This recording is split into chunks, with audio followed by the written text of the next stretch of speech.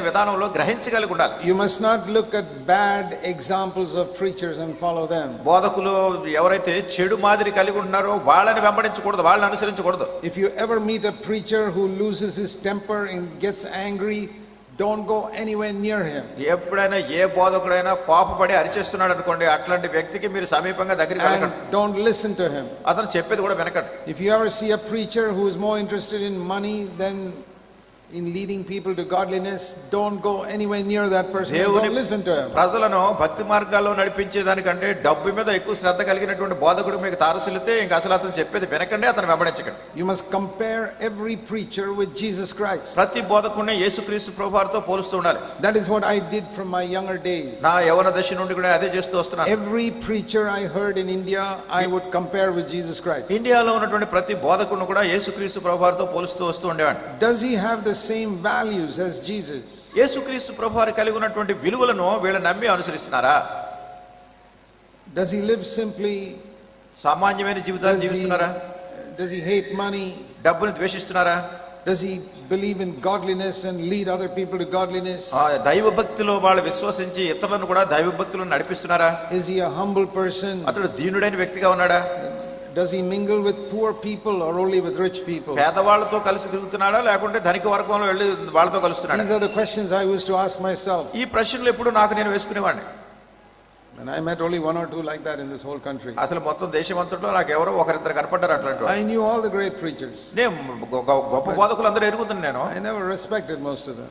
వాళ్ళు అనేక మంది నేను గౌరవించలేదు. And that protected me. అది నన్ను భద్రపరిచింది. Because I did not follow all those people. ఎందుకంటే వాళ్ళందరినీ నేను వెంబడించి వెళ్ళలేదు. Today so many young people are following the wrong preachers. ఈ దినాల్లో అనేక మంది యవనస్తులు తప్పుడు బోధకుల్ని వెంబడించి వెళ్తున్నారు. And they become like them. వీళ్ళు కూడా అట్లా అయిపోతారు. You know, if you follow somebody very closely, you'll become like him. నీవు ఎవరైనా ఒక వ్యక్తిని సన్నిహితంగా వెంబడిస్తే ఆ వ్యక్తి మాదిరిగా నువ్వు అయిపోతావు. Even an elder brother can go wrong. ఒకవేళ పెద్ద సహోదరుడు కూడా తప్పు చేసే ఆస్కారం ఉంది. You see, that is the last message in the book of Revelation. ప్రకటన గ్రంథంలో చివరి వర్తమానం అది. To the churches. ఆ సంఘాలకు ఇచ్చిన వర్తమానాల్లో. The last messages of Jesus to the churches are in Revelation 2 and 3. యేసుక్రీస్తు ప్రభువారు సంఘములకు ఇచ్చినటువంటి చివరి వర్తమానాలు ప్రకటన గ్రంథం 2-3 అధ్యాయాల్లో ఉన్నాయి. It was not primarily to the church. అది ప్రాథమికంగా సంఘానికి కాదు. It was to the messenger of the church. అది ఆ యొక్క సంఘపు వర్తమానకునికి. That means one of the main elders of the church. అంటే అక్కడ ఉన్నటువంటి పెద్దలకు ఆ పేరు పెట్టినటువంటిది. In those days the church has never had any pastors. ఆ దినాల్లో సంఘాల్లో ఎవరు పాస్టర్ గారు లేరు. No pastor, no bishop. ఏ పాస్టర్ లేరు, ఏ బిషప్ లేరు. The apostles appointed elders in every church. అపోస్తలులైనటువంటి వారు ప్రతి సంఘంలోనూ పెద్దలను నియమించారు. And usually one of the elders had the gift of preaching the word. సాధారణంగా పెద్దల్లో ఒకరు వాక్యాన్ని బోధించే వరం కలిగి ఉండేవారు. The other elder may have a gift of shepherding people. మిగతా పెద్దలు వాళ్ళు ప్రజలను కాపు కాసే కాపరియత్వం కలిగి ఉండేవారు. Both are needed. ఇద్దరు కావాలి. But the brother who had the gift of preaching the word was called the messenger of the church. అయితే దేవుని యొక్క వాక్యాన్ని బోధించేటటువంటి వరం కలిగినటువంటి పెద్ద సంఘంలో ఉన్నటువంటి వ్యక్తిని దేవుని వర్తమానికుడు అని పిలిచేవారు. So in every church there'd be usually one brother among the elders who had the main gift of the speaking the word. గనుక సాధారణంగా ప్రతి సంఘంలోనూ కూడా పెద్దలలో ఒకరు దేవుని యొక్క వాక్యాన్ని బోధించేటటువంటి వరాన్ని కలిగి ఉండేవారు. And he had a very big responsibility. అతనికి చాలా పెద్ద బాధ్యత ఇది. Because he is the one standing up in front most of the time. ఎందుకంటే ఈ సమయమంతా ఇంచుమించు ప్రజల ముందు ఆయన నిలబడుతుంటాడు. Everybody is listening to him. ప్రతి వాళ్ళు ఆయన చెప్పేది వింటున్నారు. So if he is a good man, ఒకవేళ అతడు మంచివాడైతే the people will become good. ప్రజల వాళ్ళు మంచివాడు అవుతారు. But if he backslides, అయితే ఇతడు వెనకబడిపోతే then the people backslide. ప్రజలు కూడా వెనకబడతారు. That is what we see in the 7 churches. అదే 7 సంఘాల్లో మనం చూసే సంగతి.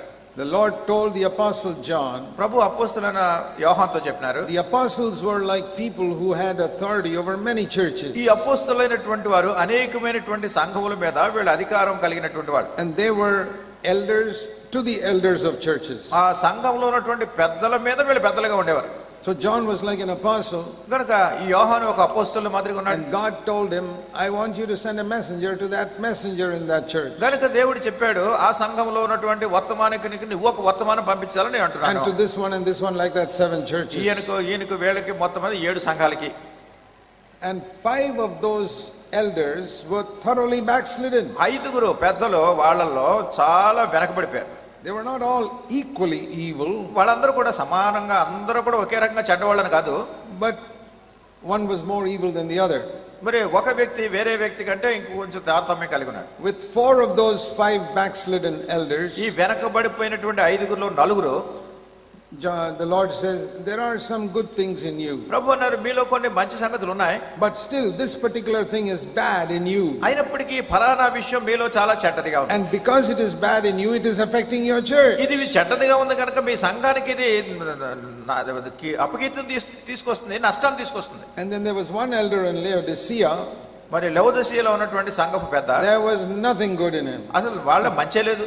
It was a terrible church. అది చాలా భయంకరమైన సంఘం. But they had a lot of money. వాళ్ళకి ఎంతో డబ్బు ఉంది. They probably had a big building. ఒకవేళ పెద్ద భవనం కూడా ఉండొచ్చు. Many hundreds of people. ఎన్నో వందలాది మనుషులు. But a thoroughly backslidden elder. అయితే చాలా వెనుకబడిపోయినటువంటి పెద్ద.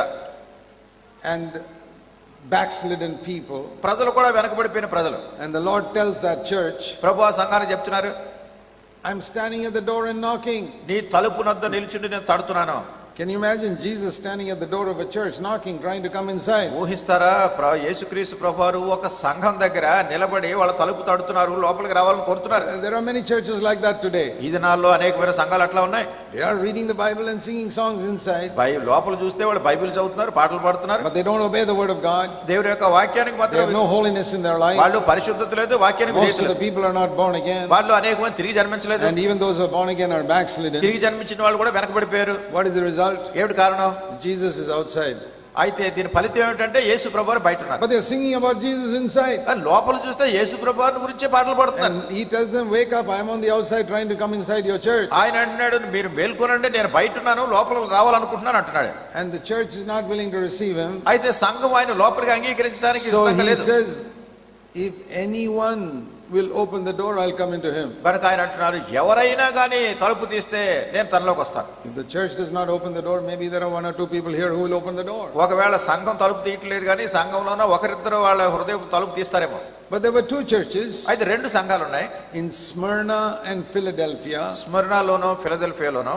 Who were, they had wholehearted elders. వాళ్ళు మనస్ఫూర్తిగా హృదయపూర్వకమైన పెద్దలు. They suffered a lot of persecution. వాళ్ళు ఎంతో శ్రమలు అనుభవించారు. They were faithful. వాళ్ళు నమ్మకంగా ఉన్నారు.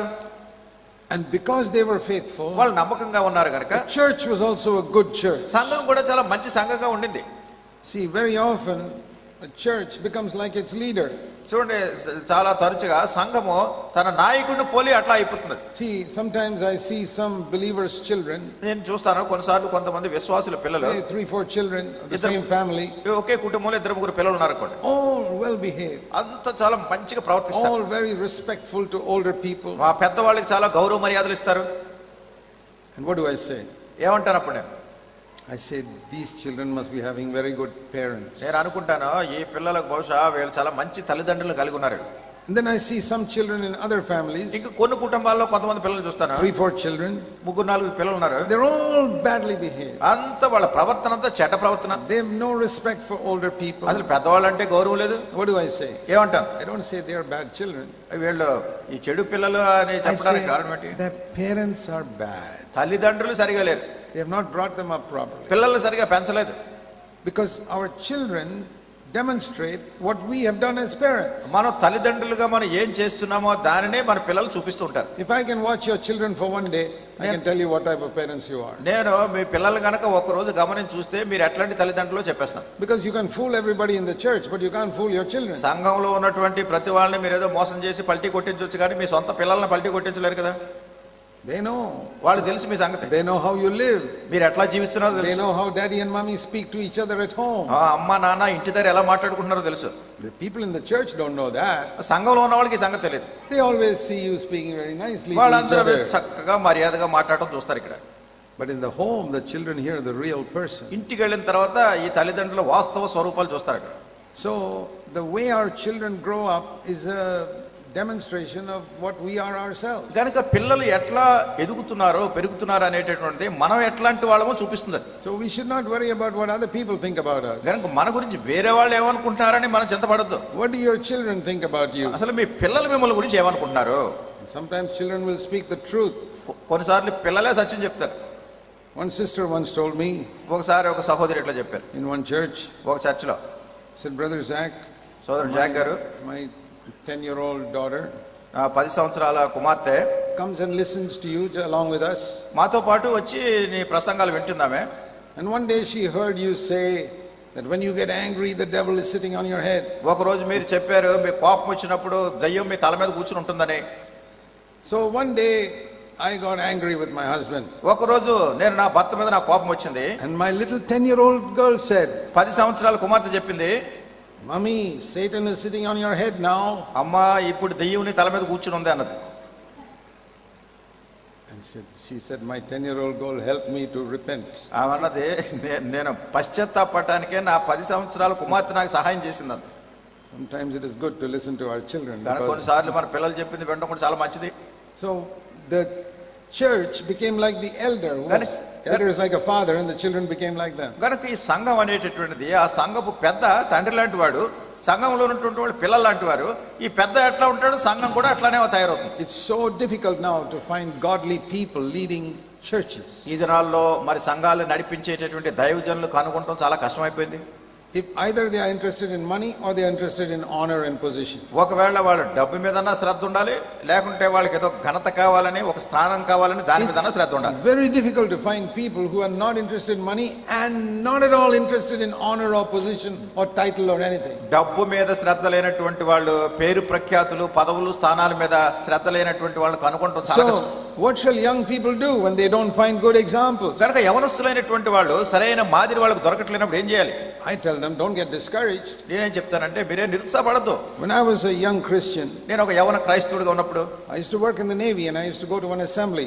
నేను నేవీలో పనిచేసేవాడిని, నౌకాదళంలో. అక్కడ ఉన్న ఒక సమాజానికి వెళ్ళేవాడిని. I could not find really godly, wholehearted examples to follow. అసలు నేను వెంబడించడానికి దైవభక్తి కలిగినటువంటి వాళ్ళు, మనస్ఫూర్తిగా చేస్తున్న వాళ్ళు, మాదిరికరమైన వాళ్ళు నాకు కనపడలేదు. I said, Lord, what shall I do? నేను అన్నాను, ప్రభువా ఏం చేయాలి నేను ఇప్పుడు? I don't find anybody here who can say, follow me as I follow Christ. నేను క్రీస్తుని వెంబడిస్తున్నట్టు మీరు నన్ను వెంబడించండి అని ధైర్యంగా చెప్పగలిగే వాళ్ళు ఎవరు లేరు ఇక్కడ. Nobody had the courage to say that. ఎవరికి కూడా అంత ధైర్యం లేదు అట్లా చెప్పడానికి. Everybody would say, don't look at me, look at Christ. అందరూ ఏమన్నారంటే, నన్ను చూడొద్దు, క్రీస్తుని చూడండి అంటున్నారు.